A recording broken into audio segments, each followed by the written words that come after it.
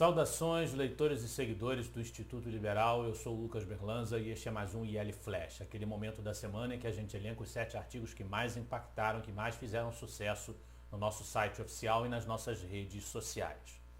E hoje o nosso IL Flash começa com um artigo de minha autoria para entender a partição da Índia.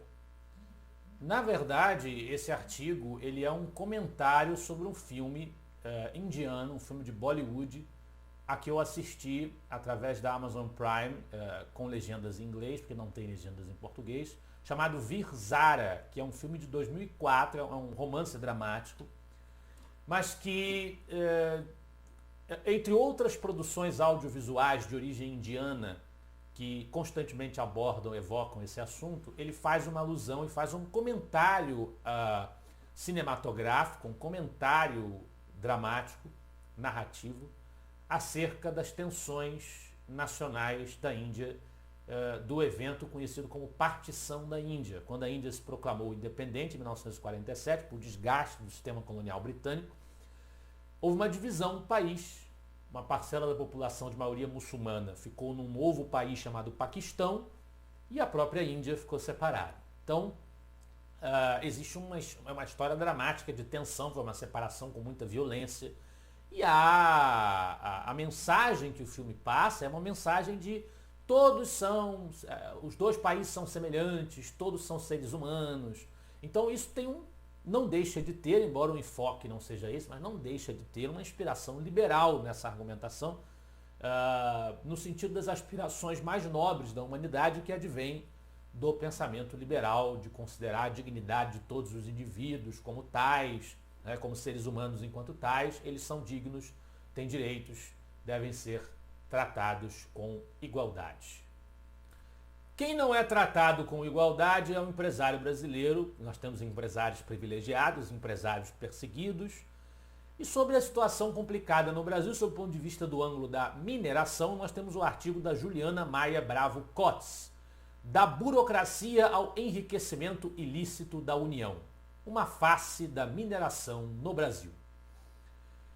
O fato é que o Brasil só consegue, segundo o artigo dela, vender minério para outros países a um preço competitivo porque os empresários investem recursos vultosos na cadeia de produção e na logística. Grande parte dos recursos é aplicada em tecnologia, em pesquisa geológica de alta precisão, no beneficiamento e no aperfeiçoamento de técnicas, criando assim um valor agregado ao produto.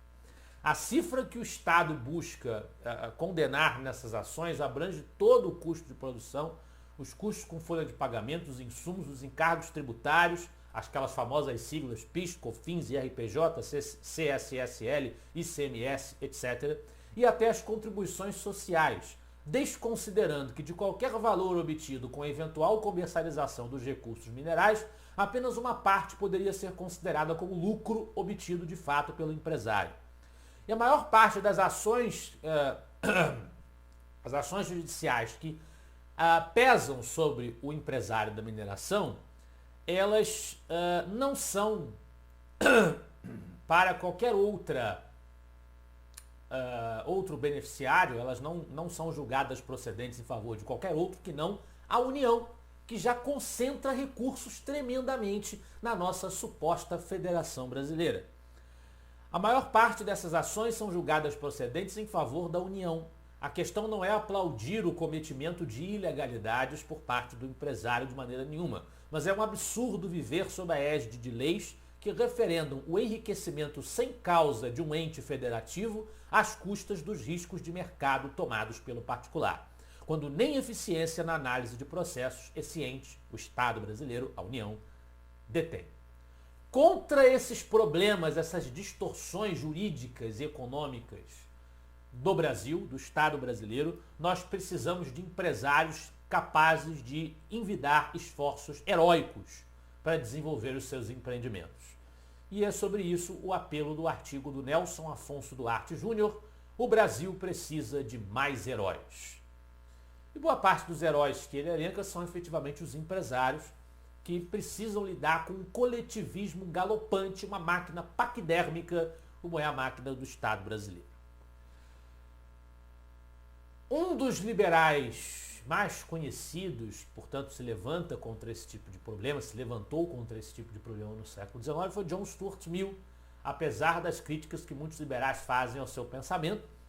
E nós temos exatamente uma resenha de um livro de Mill, feita pelo Rodrigo Maia Bacur, sobre o livro Da Liberdade Individual e Econômica de John Stuart Mill.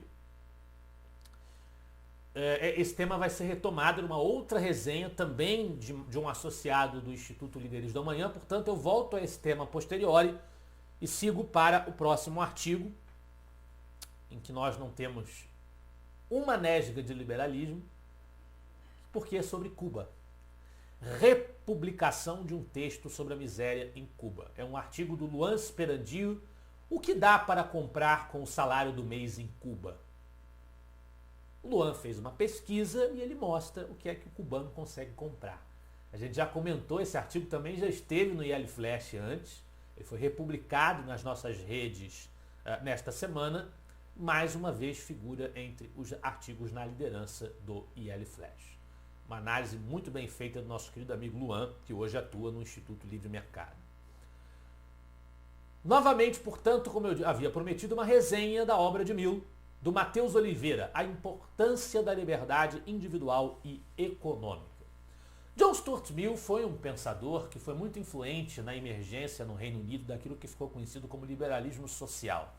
Porque embora ele fosse um liberal, no sentido de que ele realmente, mesmo que justificando eticamente o seu liberalismo em bases utilitaristas, embora o utilitarismo de Mill fosse um pouco diferente do utilitarismo de Bentham, mas de todo modo ele era é considerado um pensador utilitarista, Stuart Mill ele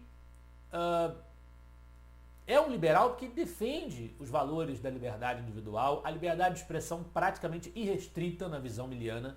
Então existe um grande apreço no pensamento miliano pelas liberdades individuais. No campo econômico, embora Stuart Mill também defendesse a concorrência, a economia de mercado, ele passou por um período em que ele flertou com o socialismo utópico, pré-marxista, passou a achar que a gente poderia colocar as propostas socialistas utópicas para competir no mercado, para ver se elas comprovariam a sua eficiência.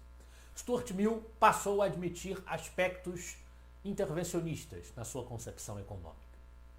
Isto não o retira da tradição histórica liberal de maneira alguma, mas torna Stuart Mill um autor que é alvo de muitas críticas de outros setores do liberalismo, principalmente aqueles que têm uma visão mais privatista de um individualismo mais intenso, como é o caso dos libertários e o caso dos objetivistas.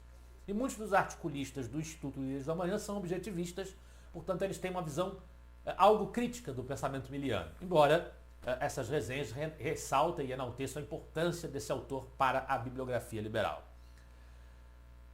Stuart Mill é um autor britânico e o Reino Unido era o berço de grandes realizações no campo do desenvolvimento do liberalismo. Foi a terra de John Locke, o nosso patriarca.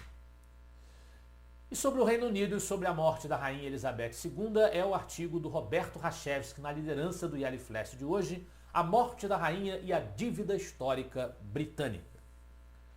Quando uma personalidade falece, as reações normalmente são divididas.